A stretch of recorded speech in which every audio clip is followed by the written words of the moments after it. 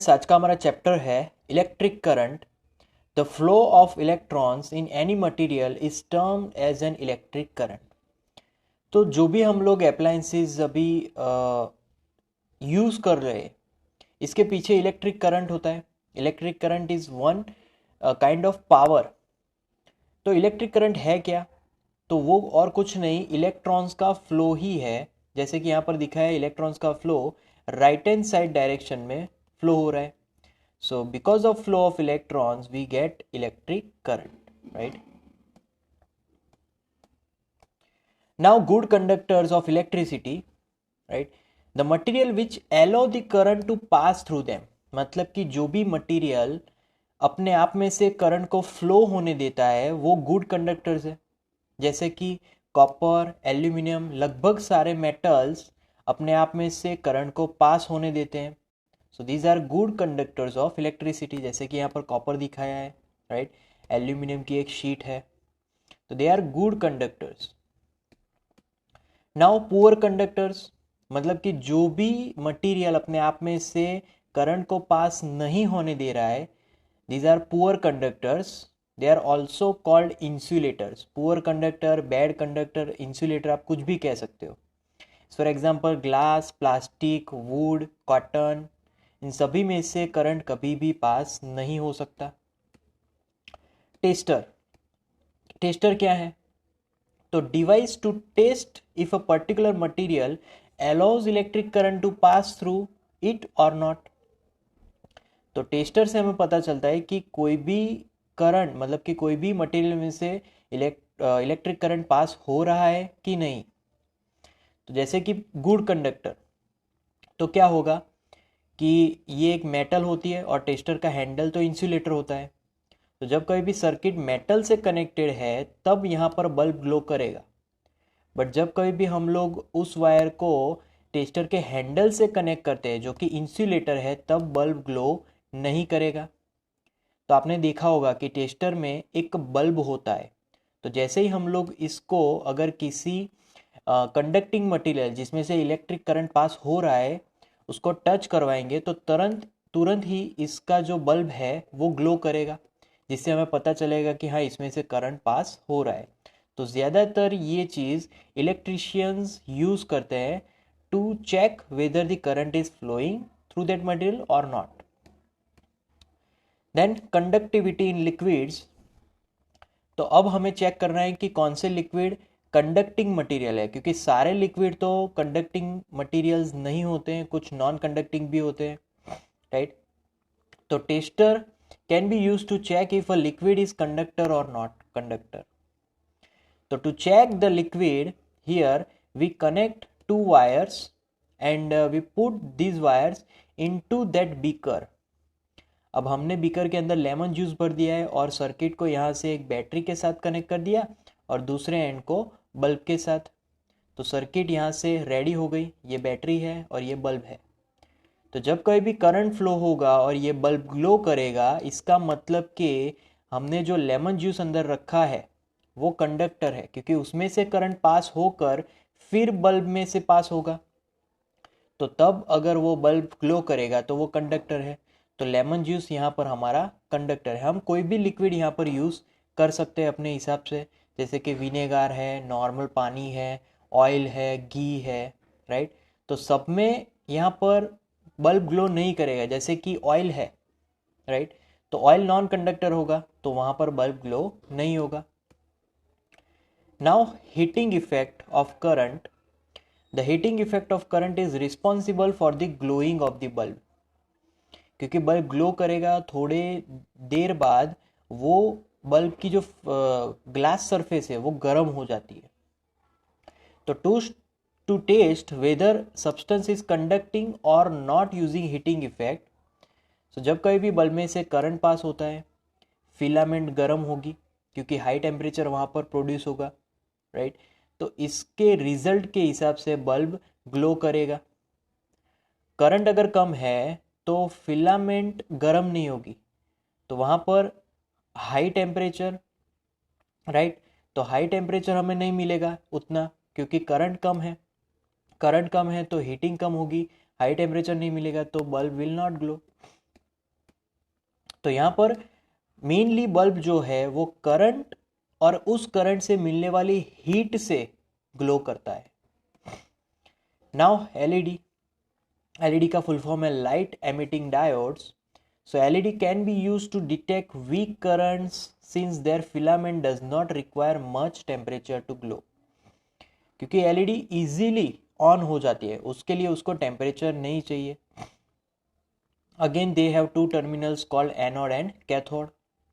So the length of anode lead is slightly longer than the cathode lead and is always connected to positive terminal। Anode का जो lead है, right, वो थोड़ा लंबा होगा। LEDs में आपने अगर देखा होगा, एलईडीज में एक लेग होगा वो थोड़ा लंबा होगा, वो एनोड है, और एक लेग थोड़ा शॉर्ट होगा, वो हमारा कैथोड है। So see here it is always connected to positive terminal of the battery। on the hand cathode lead is shorter, is connected to negative। anode always connect with positive terminal and cathode always connect with negative terminal of the battery। तभी circuit complete होगी और तभी ही LED glow करेगा, work करेगा। Now magnetic effect of current. The magnetic effect of current is responsible for the deflection in magnetic compass when current passes nearby it। तो जैसे ही current कहीं से पास होगा और उसके नज़दीक हम मैग्नेटिक कंपास को रखें तो ये जो नीडल है वो तुरंत डिफ्लेक्ट होगी, राइट। क्यों? क्योंकि करंट जब पास होता है तब मैग्नेटिक फील्ड भी प्रोड्यूस होता है उसके अराउंड, तो इसी वजह से वहाँ पर मैग्नेटिक नीडल डिफ्लेक्ट करेगी। So to test whether substance is conducting or not using magnetic field, हम लोग चेक कर सकते हैं कि मैग्नेटिक फील्ड से हम लोग चेक कर सकते हैं कि हाँ कोई मटेरियल कंडक्टिंग है या नॉन कंडक्टिंग है। तो first, for close circuit when current passes near by a magnetic needle, if the deflection is observe in the needle then it means the substance is conducting, otherwise it is non conducting. क्योंकि हर एक value जो भी current है वो हमेशा magnetic field produce करता है और उसी की वजह से नीडल डिफ्लेक्ट करती है। Now tester by using magnetic compass.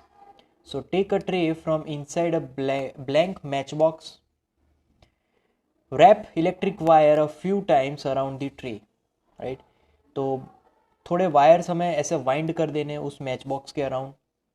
Now जो कंपास नीडल है उसको उस मैच बॉक्स के अंदर रख देना है, जैसे कि वायर ऊपर रहे और वो कंपास है वो मैच बॉक्स के अंदर। अब वो जो वायर हमने वाइंड किया था उसको दो टर्मिनल को बैटरी के साथ कनेक्ट कर देना है, क्योंकि एक टर्मिनल यहाँ से कनेक्ट होगा, दूसरा यहाँ से, तो सर्किट कंप्लीट हो जाएगी। Take another piece of wire and connect it to the other terminal of the battery. तो यहाँ पर सर्किट जब कंप्लीट होगी, करंट फ्लो होगा, तब ये तुरंत मैग्नेटिक नीडल तुरंत ही डिफ्लेक्ट करेगा, क्योंकि करंट फ्लो होने वाला है और करंट फ्लो होगा तो उससे हमें पता चल जाएगा कि हाँ कोई कंडक्टर कंडक्टिंग है।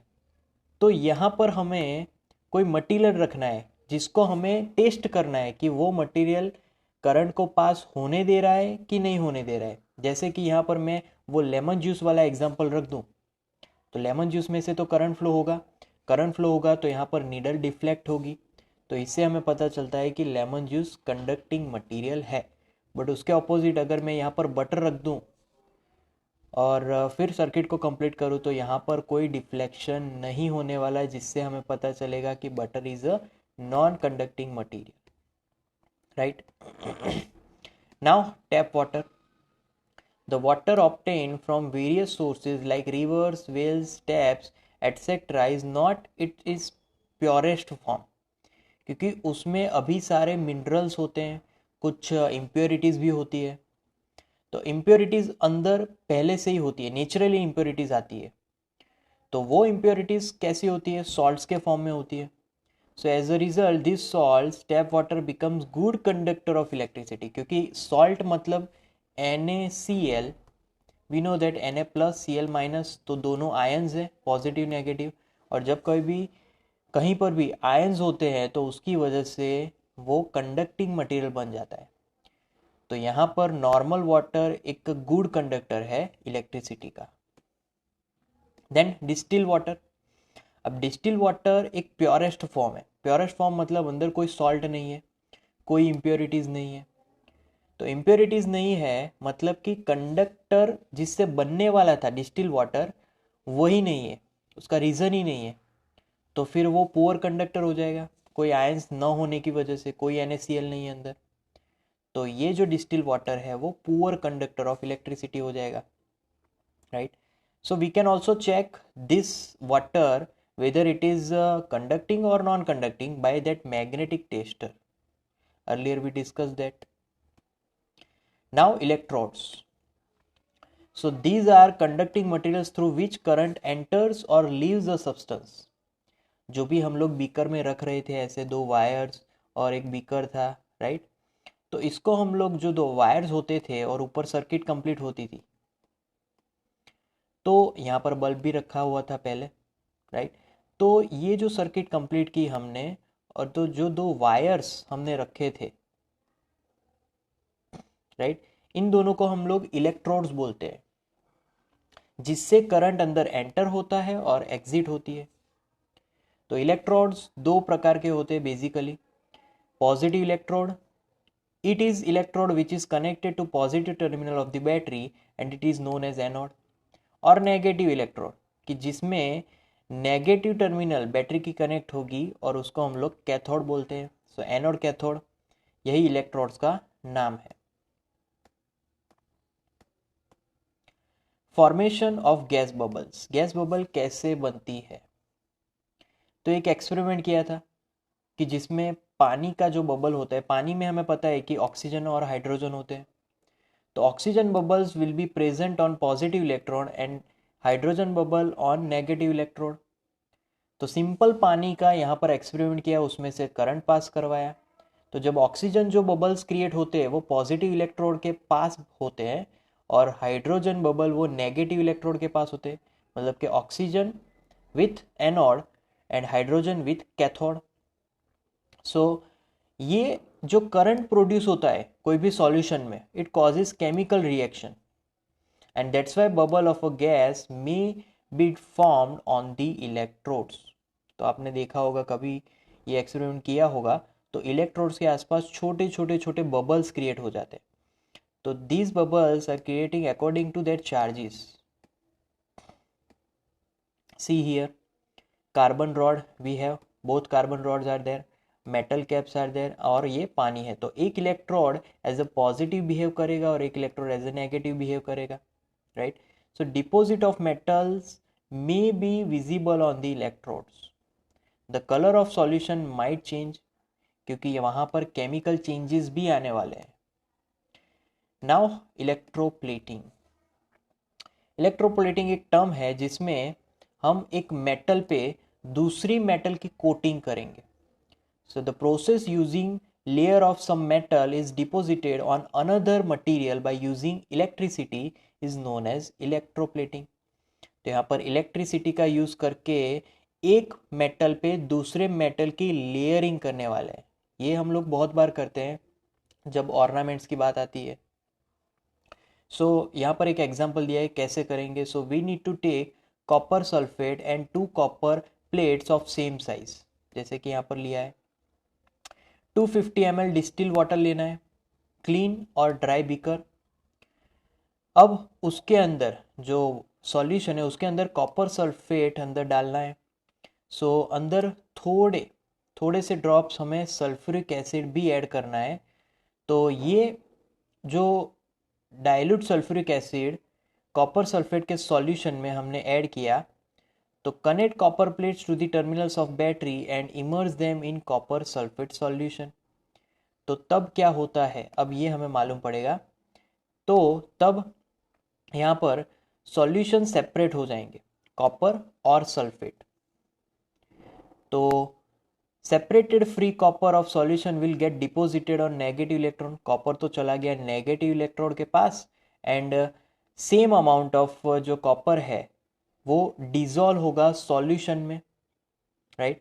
So and the same amount of copper will get dissolved in solution from the positive electron, क्योंकि जो सॉल्यूशन में से जो कॉपर नेगेटिव में गया उतना ही कॉपर सॉल्यूशन में वापस आएगा पॉजिटिव इलेक्ट्रोड के through. So we can say that copper from positive electrode got transferred to negative electrode. This kind of transfer is known as electroplating. तो एक जगह से वो निकला और दूसरी जगह से वो वापस सॉल्यूशन में गया. तो हमने क्या किया, ये इलेक्ट्रोड्स का जो ट्रांसफरेंस है उसको हम लोग इलेक्ट्रोप्लेटिंग बोलते हैं. Now application of electroplating. Industries, widely used in industries for coating different metals on other metals. For example, chromium, which is lustrous, corrosion free, scratch resistance, etc., but being costly, deposited on material like car parts, taps, burner, etc., to lower the manufacturing cost. क्योंकि अगर वो खुद ही उसका पूरा material बनाने जाएंगे तो वो कॉस्टली हो जाएगा. तो इसीलिए हम इन सभी पार्ट्स के ऊपर इलेक्ट्रोप्लेटिंग के थ्रू वो मेटल चढ़ा देते हैं, वो लेयर कर लेते हैं, right. Silver and gold are deposited on cheaper material by jewellers to lower the jewellery cost but keeping the appearance intact. जैसे कि सिल्वर है तो सिल्वर पर गोल्ड का प्लेटिंग कर लेते हैं क्योंकि गोल्ड बहुत ही महंगा होता है. तो पूरा गोल्ड हमें महंगा पड़ सकता है, तो सिल्वर के ऊपर गोल्ड की सिर्फ लेयरिंग करनी है कि जिससे उसका कॉस्ट कम हो जाए. तो दिखेगा हमें वो गोल्ड ही, बट अंदर एक्चुअली सिल्वर होगा. Zinc is deposited on iron use for construction of bridges, vehicles etcetera to protect it from rust and corrosions. क्योंकि कभी कभी ब्रिज जो कि बनते हैं आयरन के, अब आयरन अगर बारिश में रहेगा देर तक तो उस पर रस्ट हो जाएगा. तो इसीलिए उस पर कोटिंग करना बहुत ही ज़रूरी है. तो उस पर जिंक की कोटिंग की गई होती है कि जिससे उस पर रस्ट ना हो जाए और लॉन्ग टाइम तक वो चलता रहे. तो बहुत सारे ब्रिजेस में ऐसा होगा, व्हीकल्स में भी ऐसा हम लोग करते हैं, right. So these are the uses of electroplating.